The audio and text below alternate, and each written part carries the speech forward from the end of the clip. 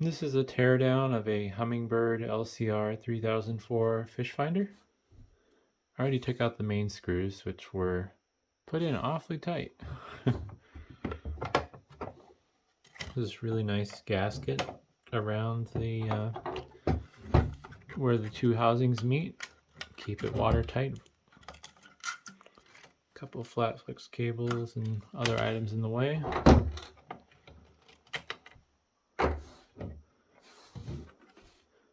Let's see what we have here.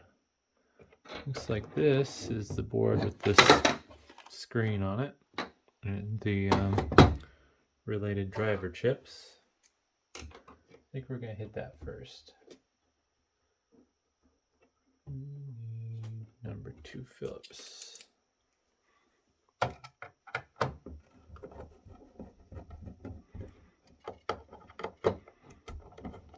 Looks like this was all constructed with coarse threaded plastic screws.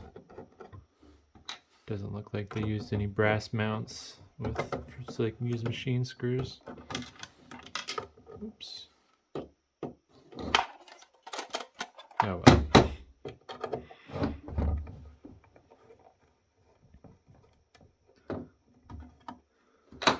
Alrighty. So there's the display assembly.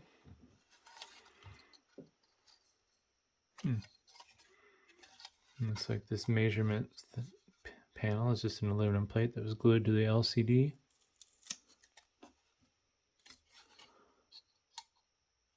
I guess there would be some accuracy required to place this then, assuming it makes that big of a difference. I don't fish, unfortunately, so I wouldn't know.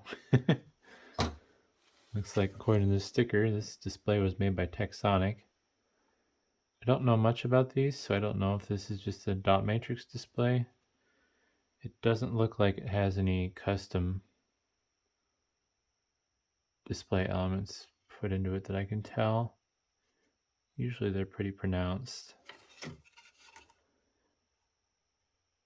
And I don't believe this display is backlit, from what I can tell, because there's just metal shielding all the way around it. And it's hollow underneath. So this is purely display and display drivers.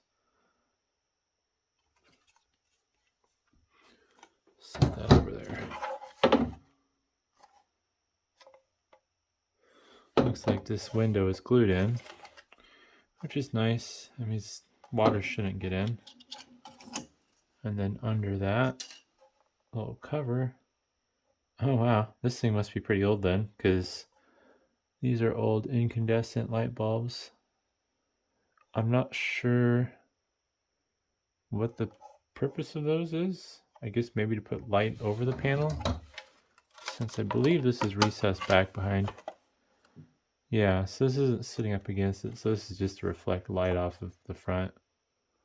Probably kind of the same type of display as they used on the old Game Boys, where you'd have to have light coming from like behind you to reflect the image back in your eyes. This flat flex here is for the buttons. Looks like it's just membrane buttons with a little like spring steel piece that gives it the tactile feeling. Making a mess, unfortunately.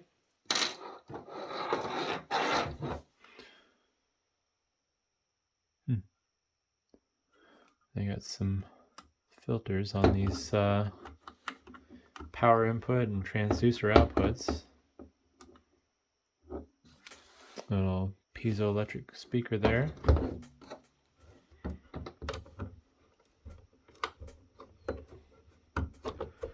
It's interesting how this is screwed down. I would have figured they would just glue it in to keep it watertight.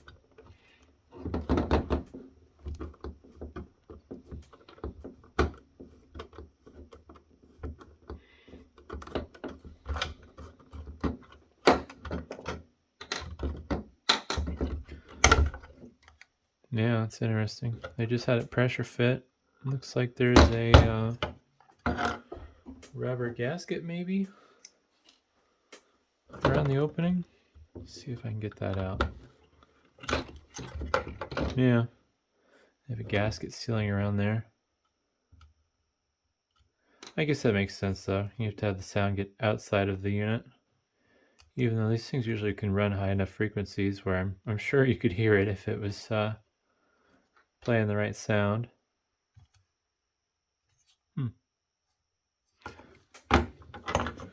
Alright, now for the main board.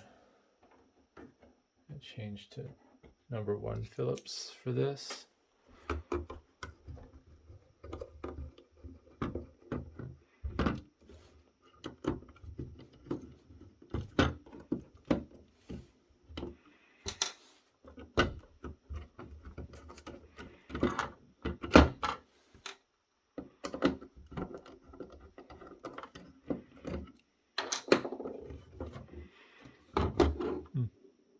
It's a nice housing.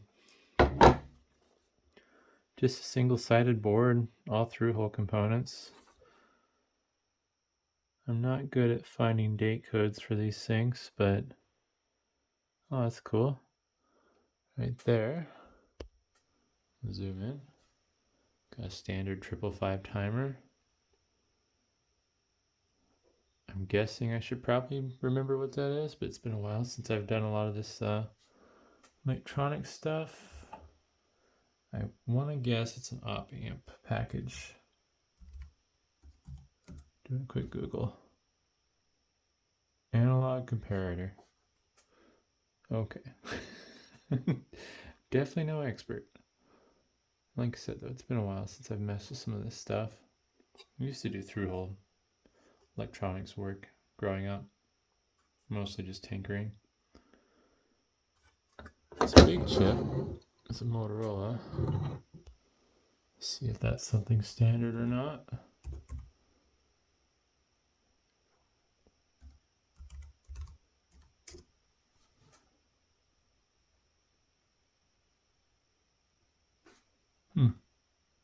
That's odd.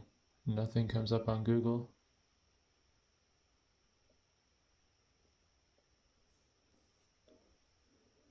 Not sure if it's custom or if maybe this is just the wrong part number I'm searching. Tried the SC number. I'll try the A58 one now.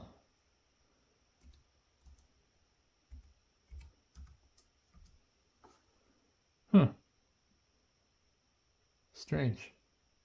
Usually even obscure chips will pull something on Google. But whatever this is, it must be some sort of custom built microprocessor for this job.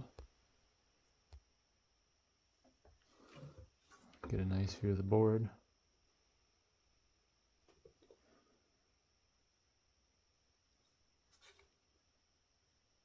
Not sure what some of these things are, like these. 3 pins. I'm not sure what the FLI, oh it's one, FL1 and 2 designations are for.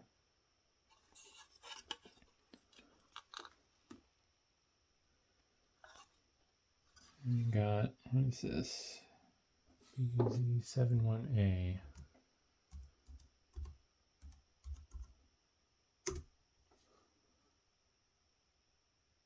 MOSFET.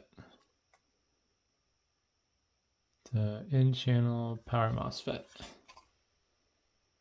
There we got TIP31A.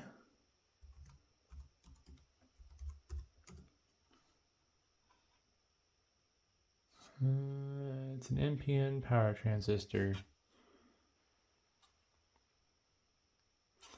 So, yeah. Probably took a little longer to go through this than I should have, but 2N3904 transistor. But yeah, I'm not sure what the date of this thing is, but it's definitely old. Looks like it's been hand soldered. There's some interesting blob stuff going on here. I'm not sure what that's about. Everything else looks nice. Well, I take that back. There's some funky soldering going on there too. But hopefully that was interesting. I don't think this is the type of thing people would normally tear apart. So thanks for watching.